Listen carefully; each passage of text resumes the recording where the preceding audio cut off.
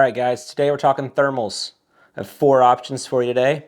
I have 2 merino, I have 2 synthetic, and I have multiple price points. I'm going to break down what I use, when I use it, and why I use it.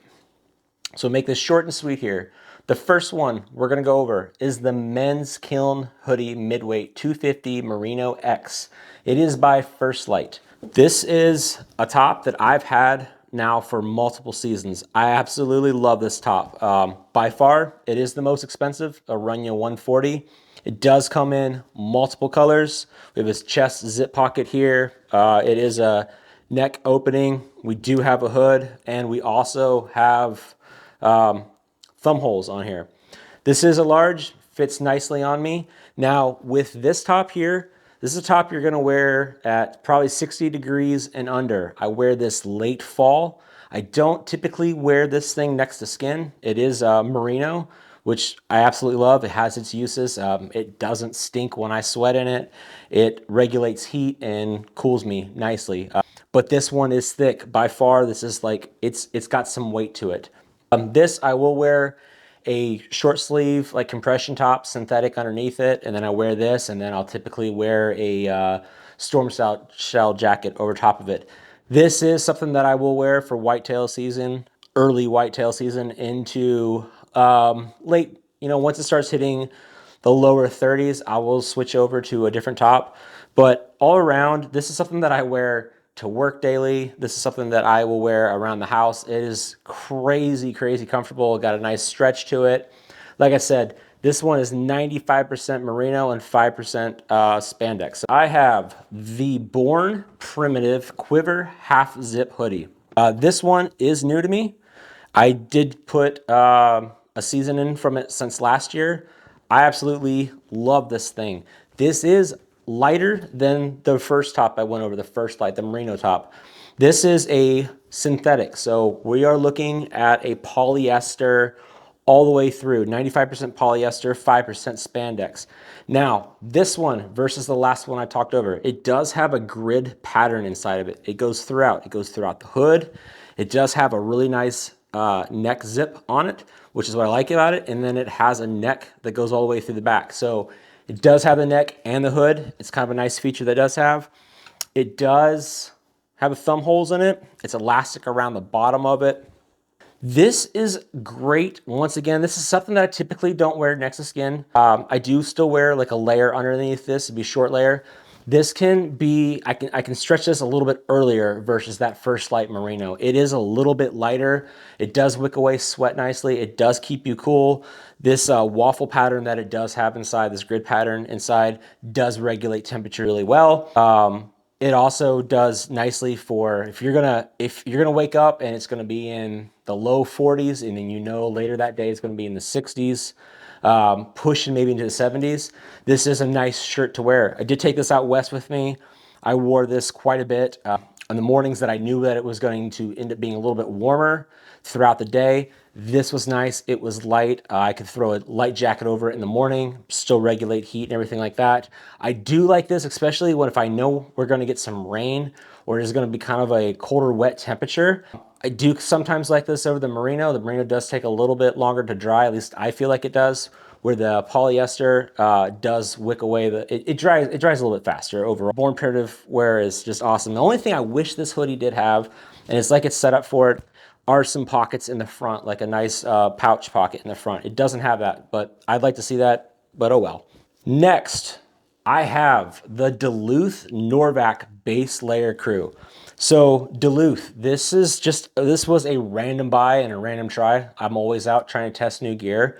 I ran across this top when it got into the late winter. So whitetail hunting, primarily here out east, is what we're doing. And I wanted something that was going to keep me really warm. This is crazy warm. It is also very heavy. So what it is once again, it's a synthetic, it's a polyester. The inside of this, as you can see, has a gridded fleece inside. And what that does, that traps your body heat inside.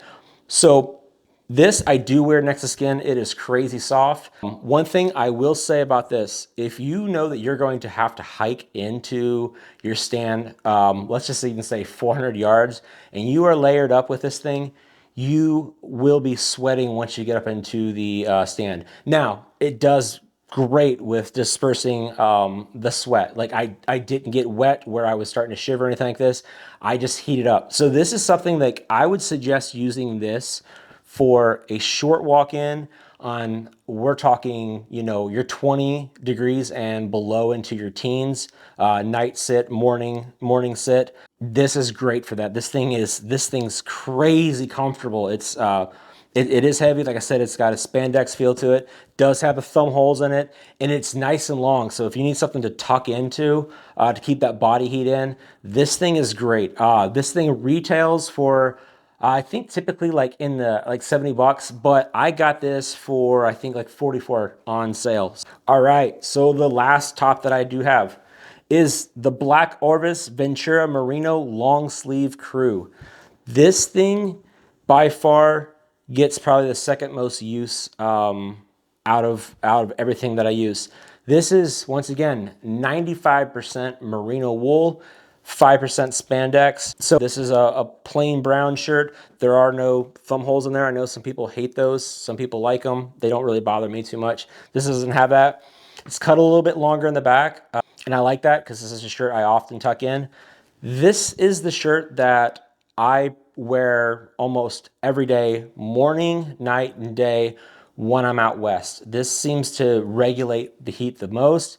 It fits for keeping me warm at night while I'm sleeping. I don't hardly ever take this thing off, and I wear this thing next to skin too. I will not wear a layer underneath there. Now I know if it's gonna be really hot, I need to shed this. I'm gonna wear like I'll wear a light t-shirt underneath this. Something synthetic that's gonna help me wick away sweat. But I've slept in this thing for 5 days straight, working 5 days straight, and there's still no smell to it. That's the beauty of merino wool that I love. I also wear this for whitetail season as well. I will wear this if I'm not wearing my Born Primitive top during like late fall.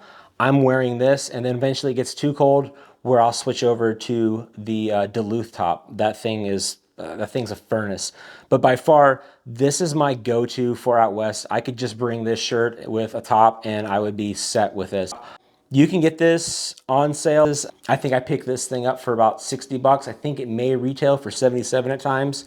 But if you want to get something that's like middle price point, that's just gonna work for everything, I would highly, highly suggest this top. It rocks. So guys, I hope that the review of these kind of maybe helps you out if you're looking at some of these, what you could use them for, how you layer up with them, how I layer up with them.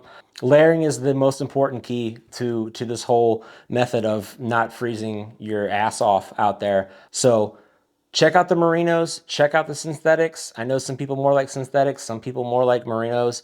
I like to switch them up because I have different uses for them. Like I said, you got to use them to the best of your abilities and how you're going to use these out in the woods.